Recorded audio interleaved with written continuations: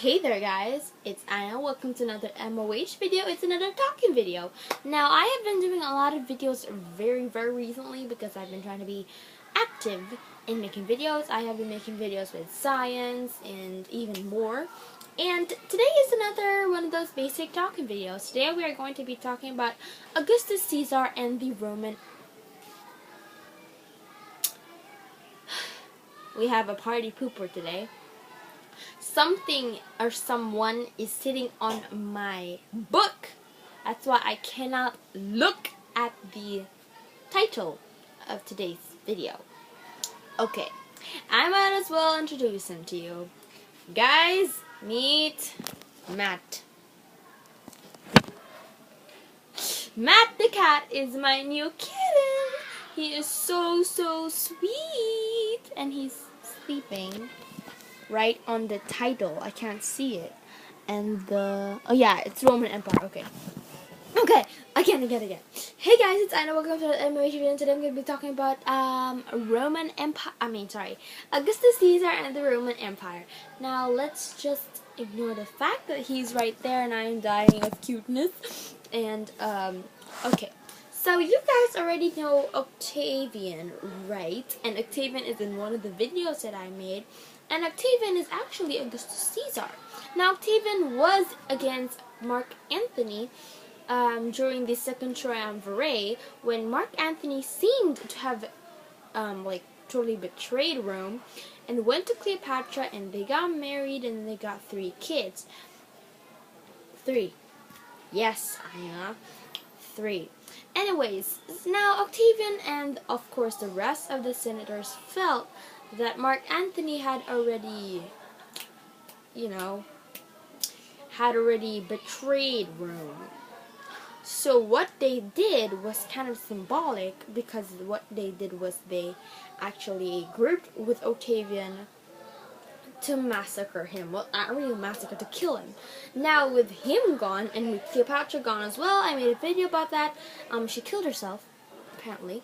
She killed herself grossly, and oh my gosh, so scary.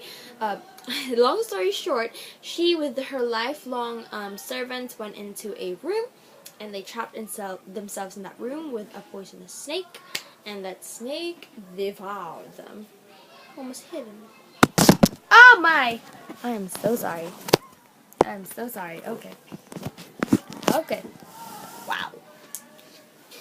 Excuse me for that. Okay, so now we go back to Octavian. Octavian decided to be the lone ruler of the second triumvirate, since Mark Antony was gone, and the second member, because remember in triumvirate there has to be 3 members. So it's Octavian, it's Mark Antony, and another guy. The other guy, he retired early. Basically, that was his smart move, because he won't be dead he would be dead if he was still there. So Octavian wanted all the power to himself, just like Julius Caesar. Hence, his name is Augustus Caesar. He was actually the grandson, or he was actually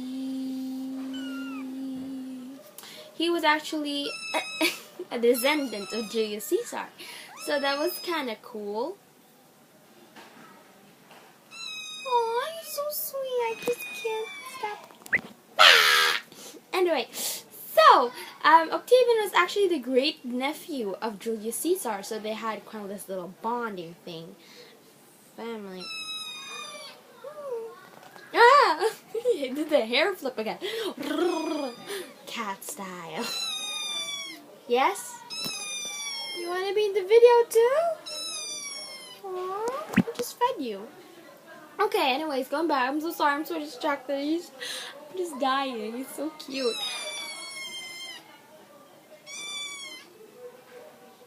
Okay. Let's just try to ignore him. This was a bad idea. Should have just left him outside this room. Okay. So today, so Octavian finally got all the powers of Rome to himself. Now, for the past years, Mark Antony, as I said, had been away with Cleopatra in Egypt, and he was enemies with all the senators. So now Octavian wanted to make a difference, and instead Octavian became friends with them. As he said here, the senators didn't really trust him to be their own lone ruler. So Octavian became friends with them. So until Octavian managed to convince them to let him rule. In a wise and humble way, Octavian declined the title of king or dictator because they wanted him to be called dictator or king. So instead he wanted to be called a emperor, and he changed his name into Augustus, which means exalted one, and to keep the glory and the honor of Julius Caesar, he named himself Augustus Caesar. So now, Augustus Caesar, as I will refer to him from now on, I won't call him Octavian anymore. Shush. I won't call him Octavian, instead Julius Caesar. He actually ruled and he ushered the Roman Empire into a long period of peace and prosperity. Young Augustus proved to be a brilliant leader and someone that Rome could trust.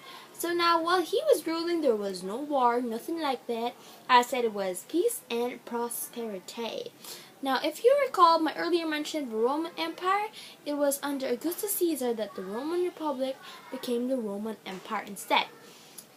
Because he became the emperor. So if you're an emperor, you can't rule over a kingdom or a republic. It has to be an empire, right? Excuse me. Now, the Pax Romana, as we will call it now, Pax Romana means the time of peace, the peace of Rome. Pax means peace, and then Romana, Rome.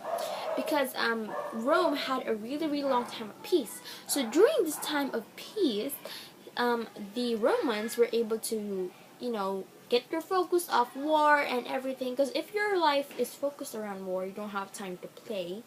You don't have time to enjoy life. You don't have time to entertain yourself. So now that fire and wrath and blood was out of the way, Augustus Caesar managed to usher in all the entertainment stuff. So he was able to make like theaters and he was able to make theaters, art, music, dance, choreography, whatever, everything that revolves around entertainment, including theaters. Now, it says over here, in his whole empire, there lived about 80 people. Sorry. Wrong.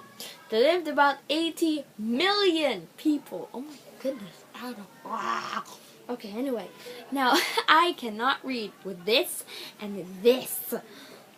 Stupid. Anyways.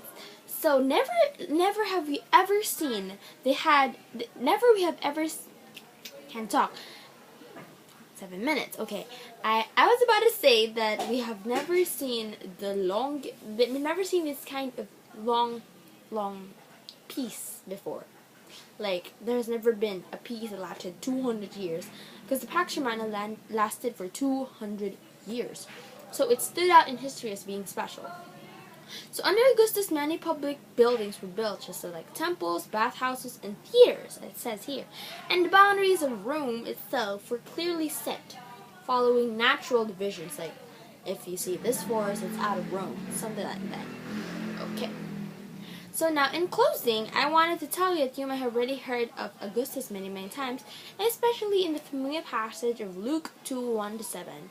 I'm going to read it aloud. And it came to pass in those days that a decree went out from Augustus Caesar, that all the world should be registered, and Joseph, which is Jesus' father, went up from Galilee out of the city of Nazareth into Judea, to the city of David, which is called Bethlehem.